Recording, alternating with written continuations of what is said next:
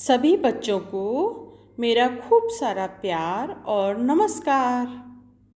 बच्चों, आइए आज सुनते हैं रेणु मंडल की कहानी लंबी गर्दन छोटी गर्दन। जिप्सी जिराफ पेड़ से तोड़कर हरी हरी पत्तियां खा रहा था। तभी उसे किसी के हंसने की आवाज़ सुनाई दी। उसकी नज़रें ऊपर उठ गईं। पेड़ की सबसे ऊंची डाल पर जंपी बंदर बैठा हंस रहा था। तुम अकेले बैठकर हंस क्यों रहे हो? जिप्सी ने आश्चर्य से पूछा। तुम्हारी गर्दन देखकर मुझे दिल्ली की कुतुब मीनार याद आ गई। जंपी फिर खिखी करके हंस पड़ा। जिप्सी बुरा सा मुंह बनाकर एक ओर चल दिया। कुछ दूरी पर गन्ने का एक खेत था, जहां चिंटू हाथी आराम से गन्ने खा रहा था। जिप्सी को आते देख वह गन्ने खाना भूल गया और एकटक उसे निहारने लगा। क्या वह भी उसकी अजीब सी गर्दन देख रहा है? सोचते हुए जिप्सी आगे बढ़ा।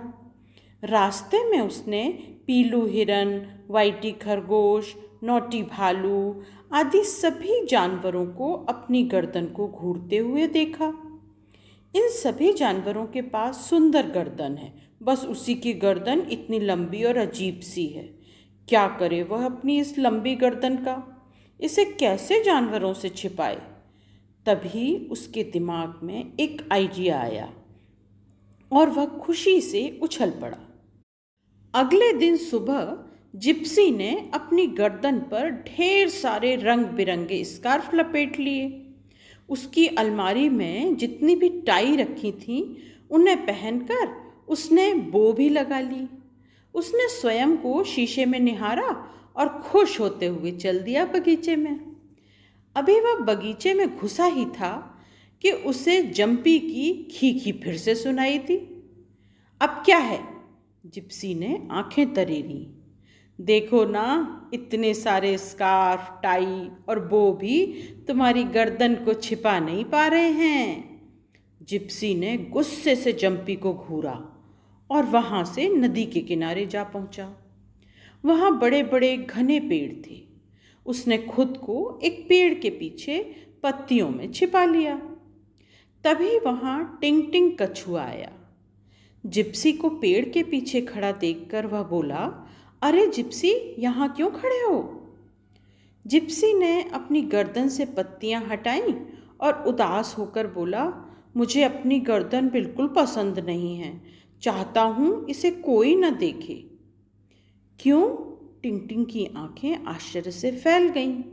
अपनी इतनी खूबसूरत गर्दन को तुम बदसूरत बता रहे हो? मुझे तो तुम्हारी गर्दन बहुत अच्छी लगती है।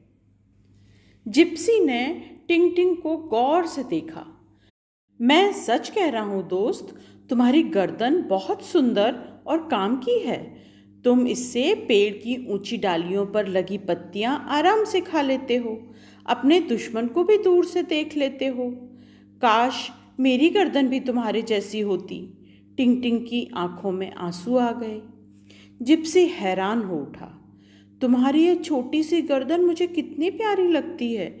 जैसे ही तुम्हारा दुश्मन आता है, यह अपने खोल के भीतर घुस जाती है। टिंग टिंग अफसोस करते हुए बोला, किंतु मैं तुम्हारी तरह ऊंचे पेड़ों पर लगी पत्तियां और फल नहीं खा सकता। अब देखो ना, मेरी केले खाने की इच्छा है। पिछले 10 दिनों से मैं इस पेड़ से केले गिरने की प्रतीक्षा कर रहा हूँ। टिंग टिंग ने हसरत भरी निगाह से केले के पेड़ पर देखा। बस इतनी सी बात, कहते हुए जिप्सी ने केले तोड़कर टिंग टिंग के सामने रख दिए। टिंग टिंग ने स्वाद लेकर खूब केले खाए।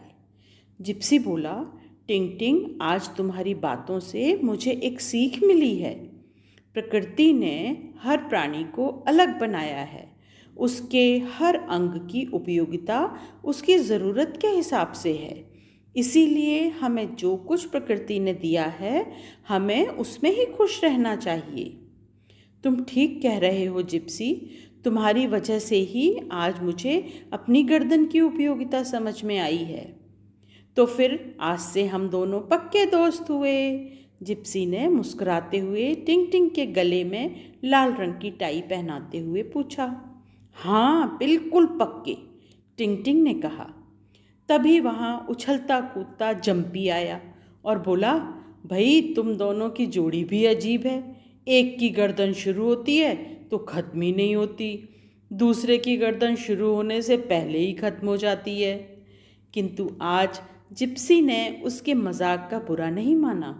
हो करके हंसता हुआ वह टिंग टिंग का हाथ पकड़ एक ओर चल दिया। लंबी गर्दन और छोटी गर्दन वाले इन दोनों दोस्तों से सभी जानवर अब बहुत प्यार करने लगे थे। तो बच्चों, जिप्सी जिराफ और टिंग टिंग कछुए की ये कहानी आपको कैसी लगी? ज़रूर बताइएगा। नमस्कार।